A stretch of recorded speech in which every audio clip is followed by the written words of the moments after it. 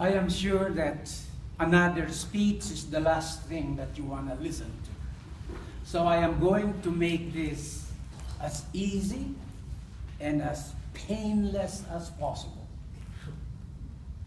Madam Toastmaster, fellow Toastmasters, honored guests, good evening. Good evening. I am sure that out there in the battlefields of life, you must have heard speeches and messages. You must have read tons of books. And you must have received miles of advice telling you to work hard, to dream big, to have a vision, and to make a name for yourself. Of course, it is great to work hard. It is great to have a vision and to make a name for yourself. But ladies and gentlemen, there is something better than all this. And my message to you tonight is simply asking the question, what is better than? So, what is better than a long speech? A short one, of course. And you are lucky because I intend to make this short. So to begin with, I would like to start with a math question. I am going to give you mathematical equations, and I want you to give me your observation. Are you ready? Yes. 6 plus 4 is 10. 8 plus 3 is 11. 8 plus 4 is 13. 6 plus 6 is 12. Have you made your observation? Yes. What is it? 8 Incorrect number. All right. 6 or 8 plus 4 is 12. You know, every time I give this mathematical problem, the participants, just like you, would say 8 plus 4 is 12, not 13. It is true, and they are right. But ladies and gentlemen, you could have also observed that 3 of the equations were correct. But what is my point? My point is that people immediately focus on what is negative. People immediately focus on what's wrong with other people instead of what's right with them. I am sure that you must have experienced this at home, at school, and at work. You have done 100 good things and 1 mistake. And I am sure you are going to be crucified with that 1 mistake. And I'm sure you have experienced this. Focusing on the negative is very sad indeed. So, what is better than focusing on the negative? Focusing on the positive. Our planet would be a much better place if people focus more on the positive rather than on the negative. Our parents have always told us to work hard. Our teachers have always told us to work hard. Even our well-meaning neighbors have encouraged us to work hard. But you know what? There is something better than working hard. It is working smart. It is taking time to understand the situation. It is taking time to come up with something that is effective and efficient to produce more with less time and effort. As my father used to say, there is always a better way. When I was a young manager with Procter & Gamble, there was a report that a retailer or a dealer received a box of soap that was empty. Management pinpointed what the problem was. Management ordered the engineering department to solve the problem.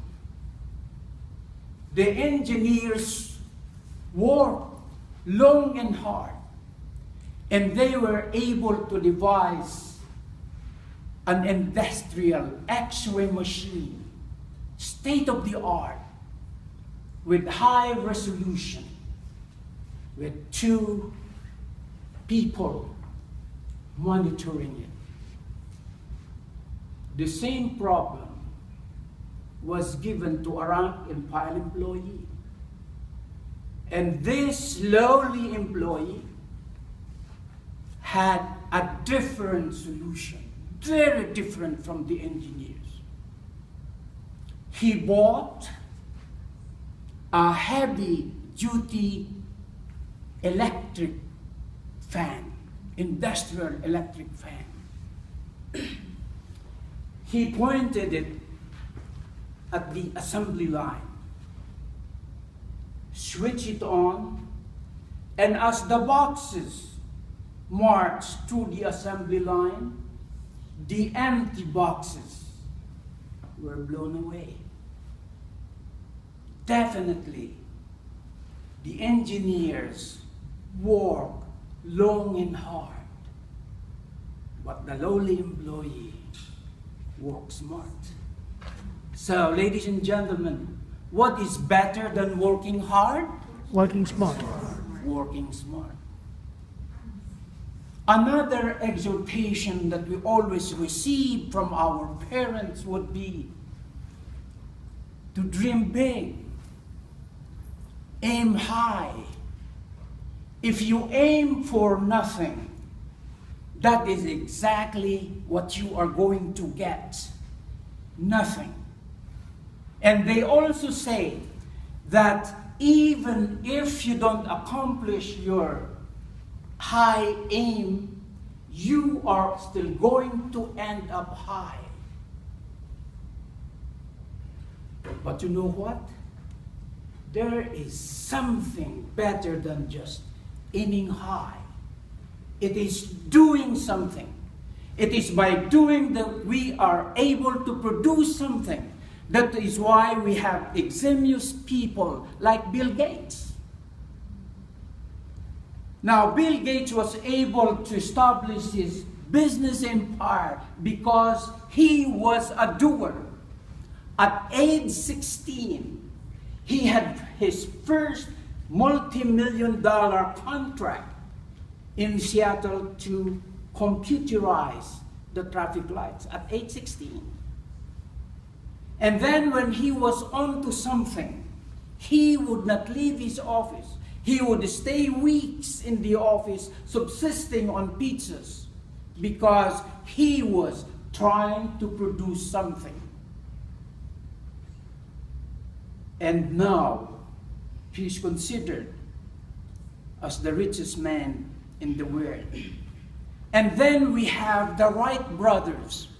People in their village would say they were crazy, they were stupid, because they were always doing something. And ladies and gentlemen, these stupid brothers, crazy brothers, produced the first airplane. And then we have the greatest American inventor, Thomas Alva Edison.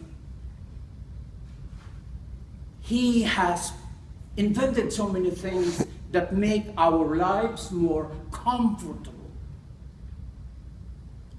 At age 83, the President of the United States said, "It is time to recognize and to award this great American."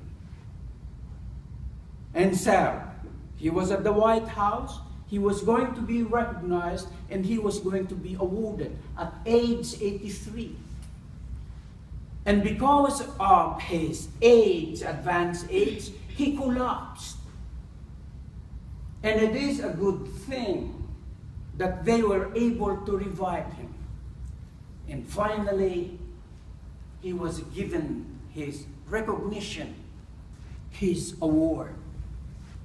And just like the Toastmasters, he had to make an acceptance speech for the award that he was given. And on record, he has made the shortest speech ever in receiving an award. He simply said, "I am tired of all these awards. I just want to go home to finish my job." That is an example of a man who is a doer. And he had done great things for us humans. That is why our lives are more comfortable because of him. And that is why we have countries like Japan. Japan has no natural resources, but the Japanese are known as a people of doers. And also during the Second World War, their country was completely devastated because of the atomic bomb in the cities of Nagasaki and Hiroshima. And 60 years later, after the war, they became the third largest economy in the world. Then we have Singapore, a tiny country, no natural resources. It was known as the backwater in Asia. And now they have no oil, but Singapore has the biggest oil refinery in the world. And 17% of its population are millionaires, much higher than the rate in the United States. Why? Because they are a people of doers. And then we have Korea. Korea as well was devastated by the war that produced North Korea and South Korea. Now, North Korea at the time was better off than South Korea. But look at them now. They are the 8th biggest economy in the world. Why is it? Because they are a country of doers. And so what is better than working hard or dreaming big? It's be a doer. Doing something. And ladies and gentlemen, that is your challenge today. I dare you to be the next doer. Ask yourself, am I going to be the next doer? Ladies and gentlemen, the answer is within. And that is my challenge to you. Not only in your profession, but also here in the Toastmasters as well. We must be doers. And that is the message that I have to you tonight. And so, let us review what we have taken so far. So, what is better than being negative? Being positive. What is better than working hard? Working smart. What is better than being a dreamer? Being a doer. And finally, what is better than a long speech? A short one. Congratulations. You are such a wonderful audience. A pleasant evening to you all.